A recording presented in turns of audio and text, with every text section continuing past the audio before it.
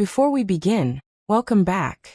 If you enjoy emotional stories filled with impossible choices, hidden truths, and unforgettable moments that stay with you long after the ending, make sure to subscribe to the channel. Every subscription helps us bring more powerful stories to life. Now let's begin. The evening should have felt ordinary. That was the strange part.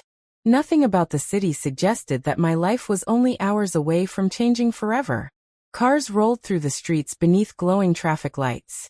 Couples laughed as they disappeared into restaurants. Hotel staff welcomed guests with practiced smiles. Everyone around me seemed to know exactly where they belonged. I was the only person who felt completely lost. Standing in front of the floor-to-ceiling window of my hotel room, I watched rain slide down the glass in slow, uneven lines. The city lights blurred into streaks of gold and silver, almost beautiful enough to distract me from the thoughts racing through my mind. I checked the time again. 7 minutes. 7 minutes until I had to decide whether I was walking into the biggest mistake of my life, or simply a conversation that would never matter again. I adjusted the sleeve of my black evening dress and stared at my reflection. The woman looking back at me seemed confident. She looked composed. She looked like someone who always knew exactly what she wanted. But appearances had become my greatest talent. Inside, I was exhausted. Not because my marriage was filled with shouting or betrayal. It wasn't. Ryan had never given me a reason to doubt his loyalty. He remembered anniversaries. He brought home flowers for no occasion at all. He laughed at my terrible jokes and listened when I talked about work, even when I knew he barely understood half of what I was describing. People often told me how lucky I was. They were right. So why did I feel as though something inside me had slowly disappeared? It hadn't happened overnight. No dramatic fight. No heartbreaking confession. Just years of routine quietly replacing excitement. Morning coffee. Work. Dinner. Television. Sleep. Repeat. Somewhere along the way, I stopped feeling like the main character in my own life. I became dependable. Predictable. Comfortable. Comfort was supposed to be enough. Wasn't it? My phone vibrated. One message. Elias, I'm downstairs. 3 simple words. Nothing more. Nothing less. I closed my eyes. Deleting the message would have been easy. Walking away would have been even easier. Instead, I picked up my purse. The elevator ride felt endless. Every floor that disappeared beneath my feet seemed to erase another reason to turn back. When the doors finally opened, the hotel lobby welcomed me with polished marble floors, soft piano music, and the quiet conversations of strangers who would never know the storm unfolding only a few steps away. Then I saw him. Elias Carter. He wasn't trying to attract attention. He didn't need to. He stood near one of the windows, hands in his coat pockets, calmly watching the rain outside. There was something unusually peaceful about him. Not loud confidence. Not arrogance. Just certainty. The kind of certainty that made everyone else question themselves. He noticed me before I spoke. A small smile appeared. I'm glad you came. His voice was calm. Almost gentle. I almost didn't. I know. You do. You wouldn't be here if you had already made up your mind. I hated that he was right. He gestured toward the hotel cafe. Walk with me. It wasn't really a question. Yet somehow it didn't feel like pressure either. Curiosity carried me forward. The cafe overlooked the city skyline. Warm lights reflecting across polished tables while quiet jazz drifted through hidden speakers. We ordered coffee. Neither of us touched it. So he finally said, "How have you been?" Such a simple question. Yet no one had asked me like that in years. Not politely. Not automatically. He asked as though he genuinely wanted to know. I laughed softly. You really want the honest answer? I wouldn't have asked otherwise. I looked down at my untouched cup. I don't know anymore. He didn't interrupt. Didn't rush to fill the silence. That made me continue. I have everything I thought I wanted. A good husband. A stable life. A beautiful apartment. A career. But lately, I struggled to find the words. I wake up feeling like someone copied yesterday and pasted it into today. His expression didn't change. I know that feeling. You do. He nodded. People think success fixes emptiness. It doesn't. You can have every achievement in the world and still feel like you're watching your own life instead of living it. For the first time that evening, I felt understood. Not admired. Not judged. Simply understood. That frightened me. Because understanding creates dangerous connections faster than attraction ever could. We talked for over an hour. About childhood dreams. Books we never finished. Cities we wanted to visit. The strange ways people changed after turning 30. Nothing inappropriate. Nothing dramatic. Yet every conversation seemed to reveal another part of myself I had forgotten existed. I laughed more that evening than I had in months. When I checked the time again, it was almost midnight. I should go. He nodded immediately. I know. No disappointment. No attempt to convince me otherwise. That somehow made leaving even harder. Outside, rain had stopped. The streets shimmered beneath streetlights. He walked beside me toward the waiting taxis. Neither of us spoke. Sometimes silence says more than words ever can. Just before I opened the taxi door, he finally looked at me. You look guilty. I haven't done anything. Not yet. The words settled between us. Heavy. Honest. I love my husband. I believe you. His answer surprised me. I expected you to argue. I'm not interested in competing with him. Then why meet me? He smiled sadly. Because sometimes two people cross paths for a reason they don't understand. I looked away. That answer only confused me more. The taxi arrived. I reached for the handle. Then paused. Elias. Yes. This can't become something complicated. I know. You promise? I promise I'll never force you to choose. I nodded. Then climbed inside. As the taxi pulled away, I looked back through the rear window. He was still standing exactly where I'd left him. Watching. Not chasing. Not calling. Just watching until distance swallowed him completely. The ride home felt longer than usual. Every passing streetlight illuminated my reflection for only a second before darkness returned. Who was I becoming? Nothing had happened. No line had been crossed. Yet somehow, everything felt different.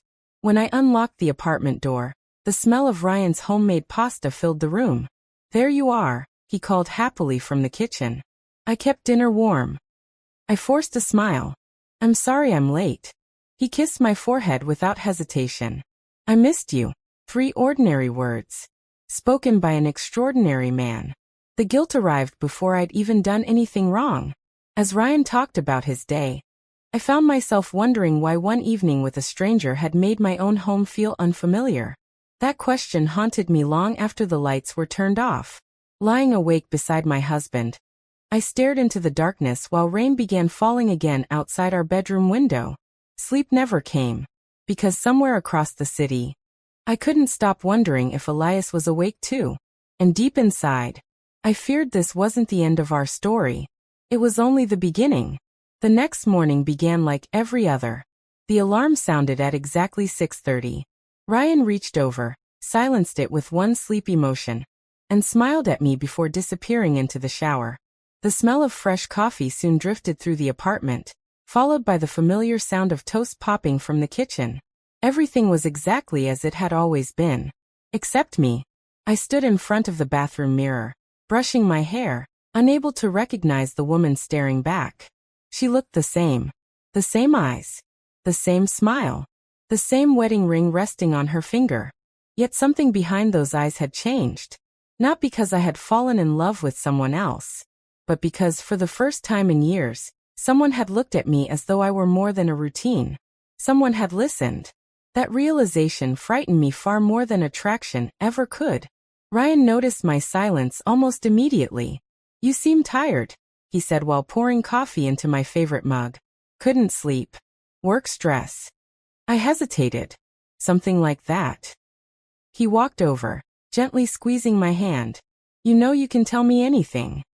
The words settled heavily inside me. Anything. If only he knew how impossible that promise had become. I smiled instead. I'll be okay. He believed me. That hurt the most. The following week became a battle I never expected to fight. I buried myself in work. accepted extra meetings, stayed late at the office, answered emails that could easily have waited until morning. Anything to keep my mind occupied. Anything except thinking about Elias. But memories have a strange way of appearing exactly when you least expect them. A song playing inside a cafe. A stranger wearing the same dark coat. A familiar scent drifting through an elevator. Every small reminder reopened a door I was desperately trying to close. One evening my best friend Sophie called. "You've disappeared." "I've just been busy." "Liar." I laughed. "What makes you think that?" "Because busy people still answer messages." She wasn't wrong. An hour later we were sitting in our favorite little restaurant near the river. Sophie studied me carefully. Something happened. I looked away. "No. You've been married 8 years. I know every version of your smile. The one you're wearing right now isn't real." I stirred my tea without answering. She leaned forward. "Did you and Ryan fight?" "No." "Is someone sick?" "No." "Then what is it?" I wanted to tell her everything. Instead I whispered the safest truth. "I don't know who I am anymore." She frowned. "What does that mean?" "It feels like I'm living the same day over and over." She nodded slowly. "That's not unusual." "No. No. Marriage changes. Life changes. The mistake people make is believing excitement lasts forever." Her words should have comforted me. Instead they left me wondering. Had I mistaken boredom for emptiness? Or had I ignored emptiness for far too long? Days turned into weeks. I never contacted Elias. Neither did he. Gradually, the silence became easier to live with. Until one Thursday afternoon. My phone vibrated. An unknown number. I almost ignored it. Almost. Unknown. I kept my promise. I stared at the message. Then another arrived. Unknown. I never contacted you. Life simply has strange timing. A chill ran through me. I didn't need the name. I already knew. I typed 3 words. "Why now?" His reply appeared almost instantly.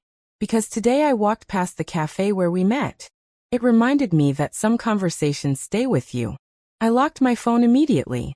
No more. No conversation. No explanations. No memories. At least, that was the plan.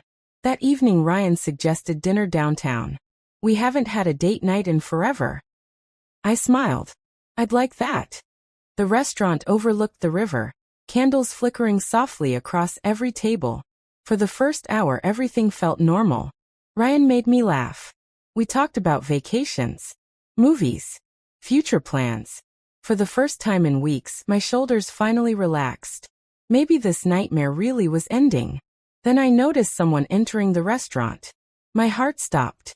It wasn't Elias. Just someone who looked vaguely similar. Still, the panic was immediate. Ryan noticed. "You okay?" "Yeah." "You went pale." "I just thought I recognized someone." He glanced around. "I don't see anybody." "Neither do I." Because the person who terrified me wasn't standing across the room. He was standing inside my own thoughts. When we arrived home, Ryan disappeared into his office to finish some work. I sat alone on the balcony. The city stretched endlessly before me. Thousands of apartments. Thousands of lives. I wondered how many people were carrying secrets behind brightly lit windows. Probably more than anyone realized. A cool breeze brushed across my face. For a brief moment, everything felt peaceful. Then my phone vibrated again. This time there was no number. Just one notification. Blocked message attempt. I hadn't even realized I had blocked him days earlier. Seeing those words should have made me feel relieved. Instead, I felt strangely sad. Not because I wanted him back, but because finality has a way of hurting, even when it's necessary. The next Saturday, Ryan suggested they visit his parents.